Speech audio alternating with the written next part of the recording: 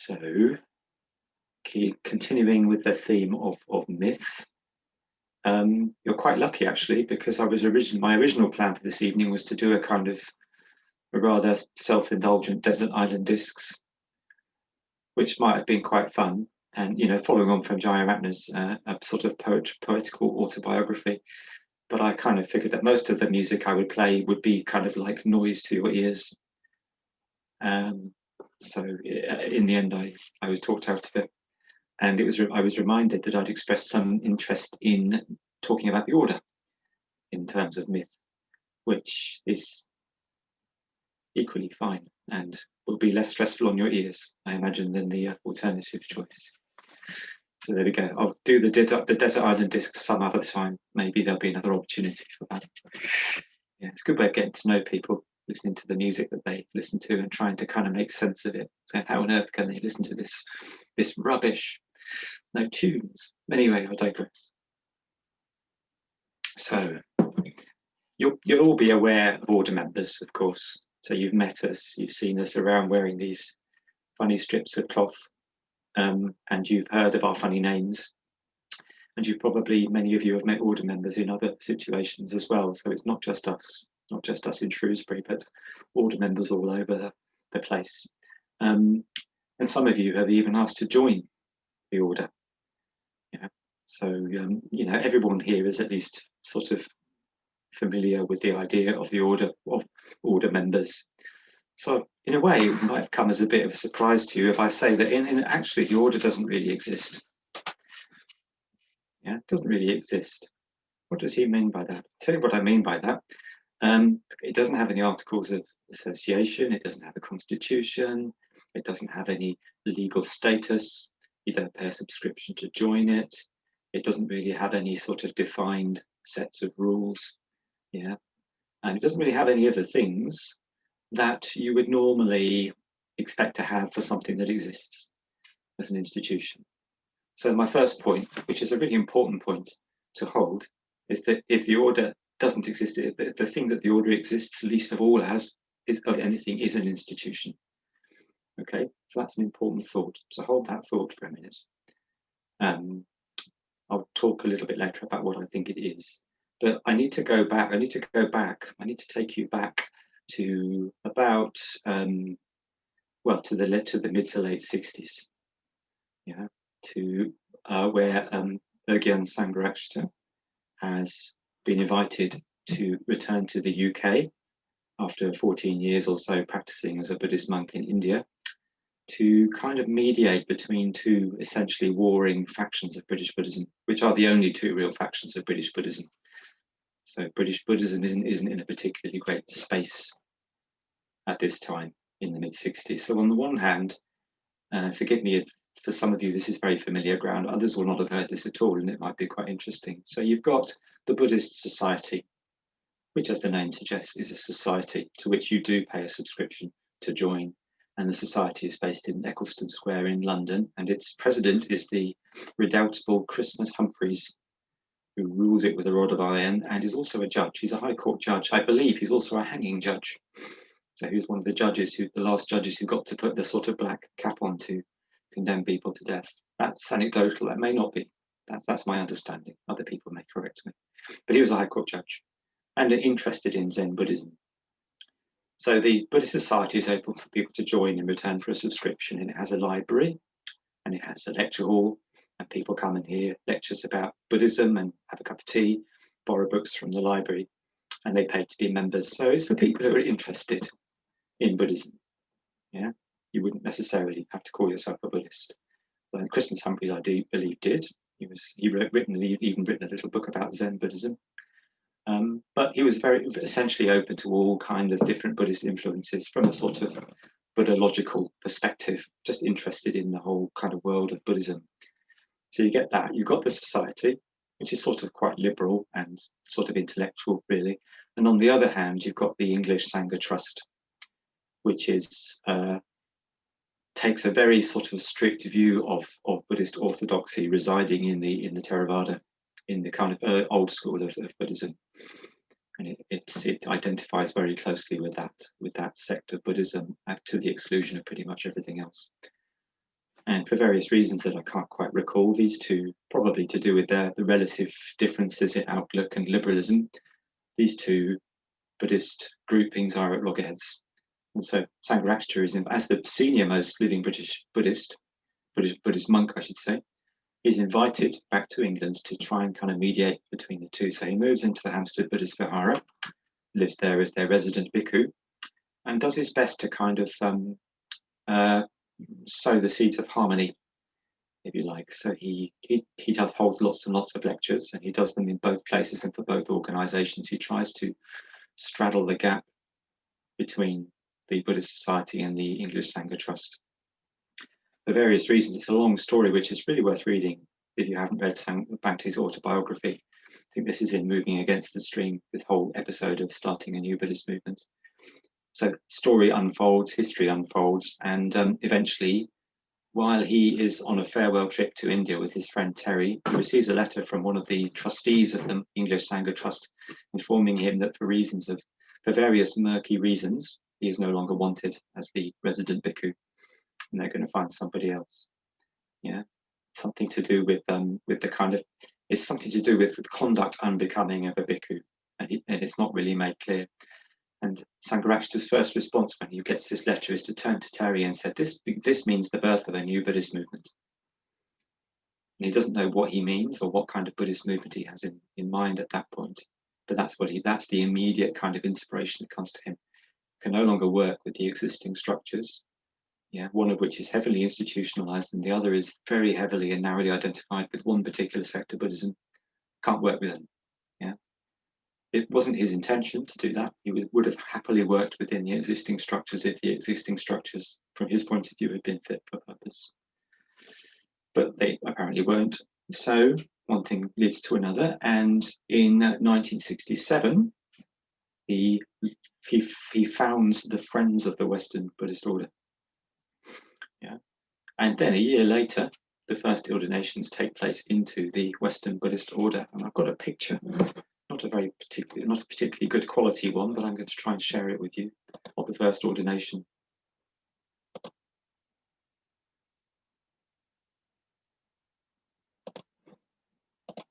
There we have it. So this is Sarah Boyne being ordained into the Western Buddhist Order in April 1967, 68, I believe it was. And I'm pretty sure that this was the first ordination. Hers was the first ordination. So note that the first ordination was of a woman, which in itself was a remarkable thing in the Buddhist world. So the first person to take ordination into the Western Buddhist Order was a woman. And 12 people were ordained, I believe, on that occasion, of whom one is still around and still in the order. I don't know what happened to all the others. So there you have Sarah Boyne being ordained. Okay. But what Bhante didn't know what kind of order he was seeking to form, in a way. And I think, like so many incidents and inflection points in his life and the life of our tradition, it wasn't really planned and thought out in advance. But he kind of responded to events in a sort of not exactly fortuitous way, but was moved along by events and then did the clarification later of what the principles were that were involved. But what he realized very early on is he didn't want a society. He didn't want the model where you pay your sub and you can go along and you can do all the things you could do at the Buddhist society. Nor did he want his order to be over-identified with one particular school of Buddhism. So what he wanted was an order of men and women who had chosen to place going for refuge to the three jewels at the centre of their lives. So that was the defining principle of the order then, and that is still the defining principle of the order now. Okay, so you've got the order. It's not an institution. I always wondered why the FWBO was founded before the order was founded. So you had this peculiar situation where you had the Friends of a not yet existing Western Buddhist order. So the order was founded a year later. And I wonder whether it was something to do with what Bhante wanted was to unencumber the order from institutional status. So if he'd started the order first without starting the FWBO, it might have just become an institution with all of the centres and all of the kind of other trappings of institutionalization. But he didn't want that. He wanted there to be institutions around the order, yeah, through which the order could manifest and which would support the order. So that would be the distinction, say, between the Shrewsbury Buddhist Centre, which is a charity and it has a recognised legal existence, a state and a recognised existence, and the order members and the order that works in and through that centre who do not. Yeah. So we're not we're not employed ministers of religion. Yeah, most of you probably know this. None of us get paid. We're not appointed by some bishop and sent to a parish to minister to people, though in some ways I really like the archetype of that, and I almost wish that we were. It would be nice to have a sense of ministry, but that's not how it works. Yeah, there is no power structure which sends order members to different places to teach. Yeah, you do get that in other Buddhist traditions rather more strongly, particularly the New Kadampa, but that's never been our way. In some ways, I find myself wishing that there was a little bit more strength of guidance and people would just tell me what to do sometimes. Actually, I did get, on one occasion, I did actually ask Bhante what he thought I should do. It was when we were thinking about going back to Germany in the late 2000s after we returned to Shrewsbury. And he eventually said he thought it would be a good idea if we went back, and that didn't end very well. So I'm not blaming him for that. You know, the fault is entirely resides with us, with me. But by and large, we don't have those structures or those hierarchies. There are no power hierarchies. There are no people telling us what to do. Yeah. So the fact that the order doesn't exist, yeah, it gives it quite a lot of freedom to exist differently. It doesn't exist institutionally, yeah, but I think it does exist in a different sort of way. Yeah. Okay, I'm going to talk about that in a minute. But I'm going to talk about, first of all, about how you enter this mysterious order, and then I might say a little bit about what I understand the order to be. So obviously, to join the order, you have to be ordained, yeah, and you are ordained in the course of one kind of ceremony, which is divided into two parts, which can be several days apart or even longer. So you have the private part of the ordination and the public part of the ordination. And with the private part of the ordination, I remember this very well, I'm sure all of the other order members here also remember it well, is that you go on your own to a kuti, to a stupa, to a hut, to somewhere, and where you see your preceptor, the person who's going to ordain you, and in Triratna's case, that would be Bhante himself. And it's just you and that person on your own, and you take the refuges and precepts from them, and you are given a mantra, and you're given a new name, and you recite various verses which underscore your striving for awakening. Yeah? So what happens in the ordination really kind of brings it down. It really summarizes the kind of spirit of the order very well, that it's all about going for refuge to the three jewels. It's all about striving for bodhi, for awakening. And it's not about initiation into a society of any sort. Yeah? And you take on this new name. And here's kind of one of the sort of first mythic elements, if you like, the myth of the name, which I've spent much of my spiritual life reflecting on. So you're given a name, and people sometimes wonder, well, why do I need to take on a funny name that nobody could pronounce, just to sort of show that I'm a Buddhist? And in a way, you don't. You don't have to take on a funny new name to show that everyone that you're a Buddhist you're quite capable of being Buddhists without taking a funny new name. But within the structure of Bhante's thinking, taking on the new name, ordination, is symbolic of a spiritual rebirth. There's a kind of spiritual leaving your identity, your old identity behind, and taking rebirth in a kind of new spiritual community. Yeah. So Shantideva sort of refers to this in the Bodhicharya Avatara, sort of saying, now my birth is given fruit and I have become a son of the Buddha. By my actions must place no blame upon that spotless family. So you're taking birth. You're being born into a new life. And that new life and its aspirations and what it demands of you is in some ways encapsulated in the name. And I'll come back to mine a little bit later. I'll talk about my particular kind of journey at the end. Yeah. So there's the sort of entry myth, if you like, the joining of the order, which is this kind of deliberate act of renunciation, of going forth from your old life. Some people, of course, choose to take on their name by law. Yeah, to change their name to their order name by deed poll. I thought about doing that once. And that night I had a very strong dream that I was about to be executed. That might have been a good thing. Maybe that was a good portent and I should have actually just gone through with being executed. But in the light of what I'm talking about, I do kind of wonder whether making your name official and legal then kind of gives it a sort of institutional weight and possibly encumbers it a bit, with institutional trappings, whereas actually it's an expression of something purely spiritual. So that's just a thought that I'll throw in for you. Okay. So one has entered blinking into the light, as it were, of a new life with a new name. And I remember that occasion so strongly. Actually, there were 6 days between my private ordination and the public ordination, which is the ceremony where all of the people who have been ordained are collectively witnessed and welcomed into the order by the public preceptor. But for that whole period, we had to kind of keep stum and not say what our names were. But I remember writing in my journal, my name is Dharmachari Akasharaja. I think I did it in block capitals in time-honored tweeting fashion. But it was so significant. I just had to write it down and see what it looked like. And yeah, I was delighted. I'll tell you a bit more about that later. Yeah, so blinking, emerging into the light of a new existence in a new kind of community. But what is this community? What is this order? Okay, now it's difficult to know if you're not in it. In fact, in a way, it's impossible to know if you're not in it. It's difficult enough to know when you are in it. But there's something about going through that transition where the effectiveness of your going for refuge is recognized by the order that's all people who've ever been ordained have in common. Yeah, just pretty much the only thing that everyone who's been ordained has in common.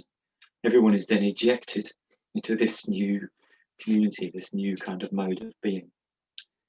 So I've been thinking about the order, and I think it sort of functions on two levels, if you like. There's the sort of exoteric order, by which I mean the people in the order who rock up to centres and have lives and wear these things and live in all sorts of different ways. So there's no kind of normative lifestyle for order members or prescriptive way of doing things. So order members are just people living their lives, occasionally turning up to teach, wearing trappings, having funny names and so forth. Yeah, so, and from the outside, it can just look like that's what it is.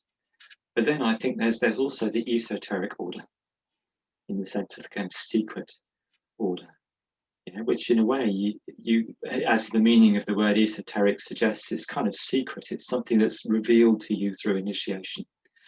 Yeah, it's not something that you can really read about or familiarize yourself with from the outside.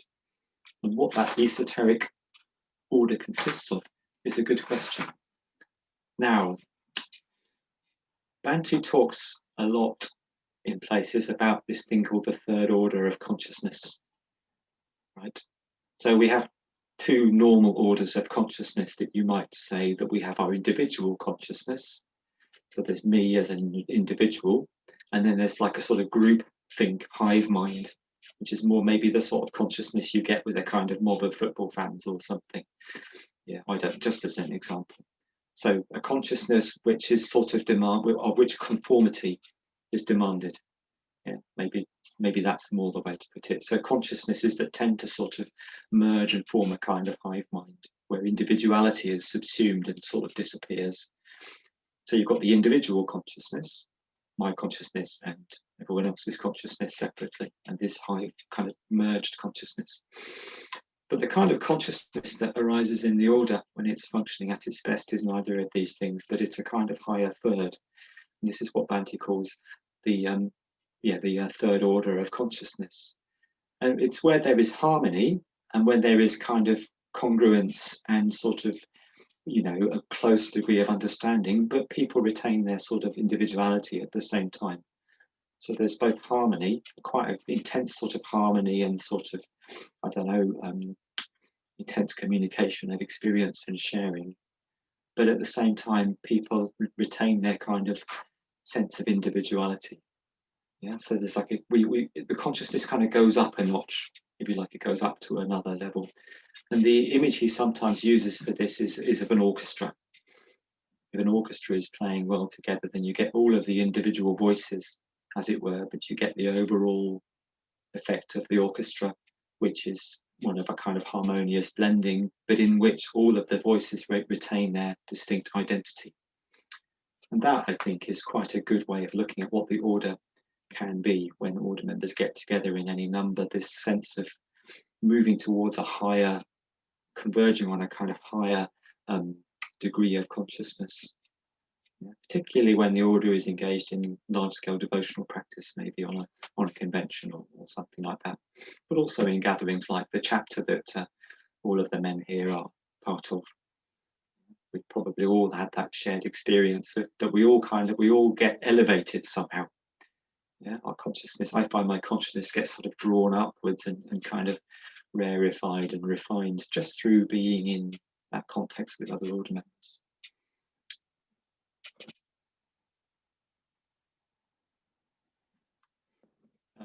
Yes, so, and there is another image or a symbol which Bhante presents for this, which is well known in Buddhist iconography, which is the symbol of the 1,000-armed, 11-headed Avalokiteshvara. Yeah, and I seem to remember Bhante saying at one point that he said the order was literally the 1,000-armed, 11-headed Bodhisattva Avalokiteshvara, which I never really fully understood. But I'll show you in the image and sort of try and kind of explain how that might work. And this, I think, is perhaps the central myth of the Triratna Buddhist Order. So I'm going to share the picture with you. That one. Not that one probably either. That's in the way. Got to get under there somehow. It's got my thing over the top of it, my screen sharing bar. Okay, go through here. Bear with me, my computer's on a bit of a go slow at the moment.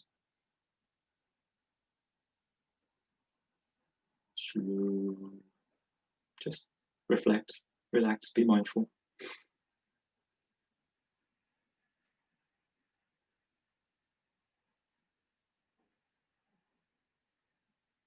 Here we go.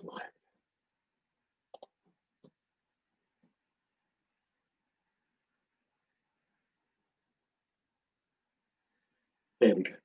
So can you see that? So it's quite a striking piece of iconography. Yeah. So you've got a standing Buddha figure with two hands raised in front, I believe, holding the Chintamani, the wish-fulfilling jewel, which is symbolic of the bodhicitta, of the enlightening, the awakening mind. And then the figure has 11 heads, which means that the bodhisattva looks in all directions and can see in all directions of space. And the very crowning head is the Buddha Amitabha, which is kind of the father figure, as it were, of this particular bodhisattva. I won't go into the iconography in any great detail because I don't know that much about it, actually. But if you look, there's like what looks like a big white circle going round within the sort of aura, and that's the 1,000 arms. Yeah, so it's very difficult to depict 1,000 arms on something this small. But the idea is that this bodhisattva has 1,000 arms, each of which has a distinct implement, which it is reaching out to help to alleviate suffering in the world. Yeah? So each of the arms is has a distinct function. Yeah, a unique way of engaging with the world of dukkha, of engaging in compassionate activity, but with one body. And Bhante considered the order to be like this. So this is, if you like, is a sort of myth of the order. So you have this body of people, and at the time when I came into the order, there were about 1,000. I think our ordination course marked the 1,000th order member. I think there are now 2,500 or something like that, over 19 years later. So the order is one body of people, as it were, one body with a common understanding of going for refuge, with a sort of, this kind of very strong sort of sense of harmony and togetherness. But yet each of the arms, all 1,000 of them, and in a way, the 1,000 is just a placeholder for infinite numbers of arms. is reaching out to the world and doing its own thing in its own way with its own implement. And that's the way that you can look at the Triratna Buddhist Order. So we all belong to the same body, as it were, but each one of us is an arm of Avalokiteshvara. All of us are doing in our own particular way, reaching out into the world according to our skills, I guess, our particular temperaments, the realms of the possible, regarding our situation, reaching out to do what we can in the world. And of course, it looks very different for different order members, as it does for all people engaged in compassionate activity. So some people work full time in projects in India under extremely difficult circumstances. 600 order members in India whose lives are very different from our own, who work sometimes under great privation to spread the Dharma there. Comfortable order members like me with a family and a job and all that stuff, doing my little bit, doing what I can, and people all over the world doing the same thing. Yeah? So that is the order as the 1,000-armed, 11-headed Avalokiteshvara, the great Bodhisattva for compassion. And this was Bhante's sort of primary kind of symbol or myth for the order.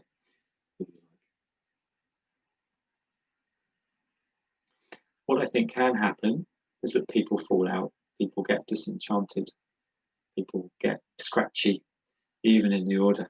And I wonder what's happening when that happens is people stop seeing the esoteric order and get fixated on the exoteric order and see the order as a bunch of power structures with hierarchies, with other people seeking to kind of assert their will and dominance over the rest. And these things do happen. So I do think it's so important, and this is a reminder to me, and I guess to all order members, that we keep our sights firmly fixed on the esoteric order, on the order as the Bodhisattva, Avalokiteshvara, rather than getting dragged down into the sort of politics of the and intriguing of the exoteric order. But for those of you who join the order, that will inevitably be part of your experience. So it's good to go in with your eyes open about what it is that you are joining, both an exoteric and an esoteric order. And sometimes the exoteric part of it will come to the fore, and much of the time, I hope, the esoteric part.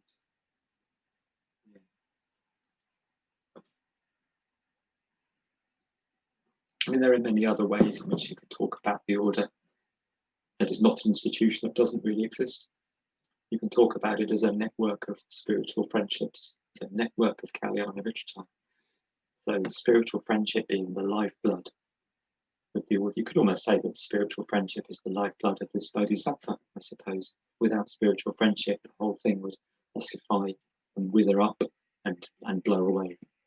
So it's the network of the networks of spiritual friendships between order members that give the whole thing its coherence and its sort of durability.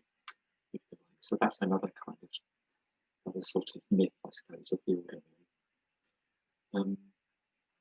That's more or less all I wanted to say, in a way. I just want to talk a little bit about my name, because my name is a sort of is my myth, in a sense. It's the sort of story, it's an unfolding story of my life. I'm sure this is true of other order members too. And the circumstances by which my name was given to me, and I've recounted this story before, but when Manju Bandra, who was my preceptor, talked about the name, I can stop switching.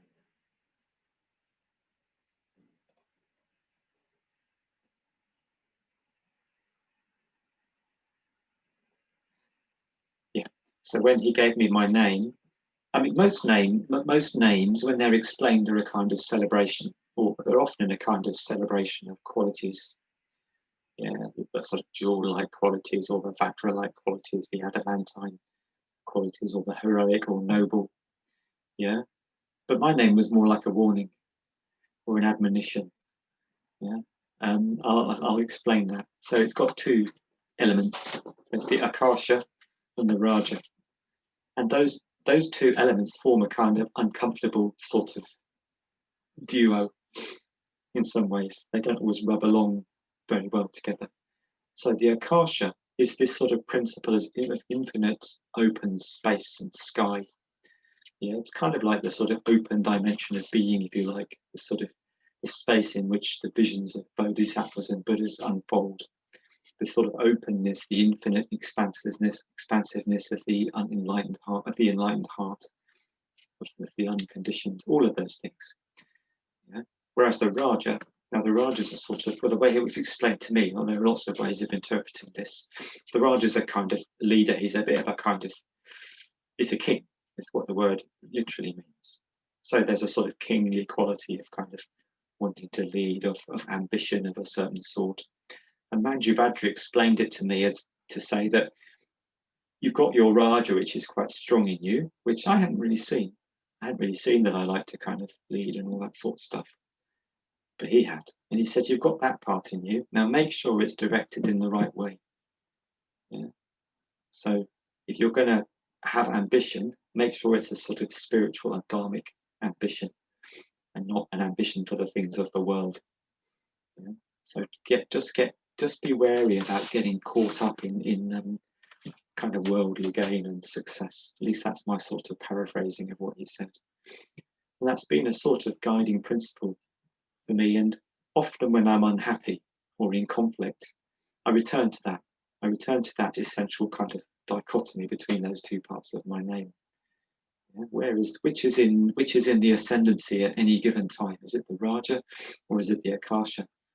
So there's the Akasharaja who meditates and kind of tries to sort of inhabit higher mental states, and there's the Akasharaja who wants to get on in life and be successful and have a nicer car, a newer car than the other fella.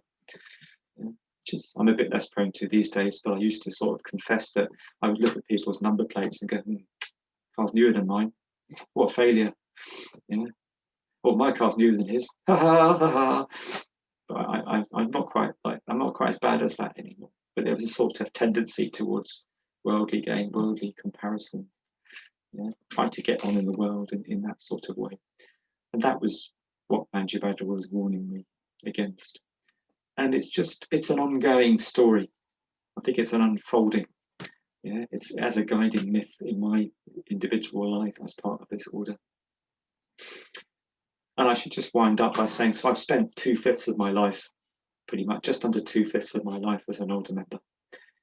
Yeah, I've never wanted to go anywhere else or be in any other tradition. When I first asked, it was kind of like an impulsive gesture that came out of nowhere in 1995. Never regretted going with that impulsive gesture. Never regretted being in the order. I love the order in all of its kind of bittiness and grittiness and occasional disharmony, because there is exactly this element of something higher, which it is easy to tap into on a fairly regular basis as long as you stay in good communication. And those of you who are thinking of joining the order, well, I wish you an exciting journey, and I really look forward to welcoming you through that magic portal as you come out of the ordination kuti and through your public ordinations and get your funny name and your case and join the rest of us. So that's all I wanted to say, really.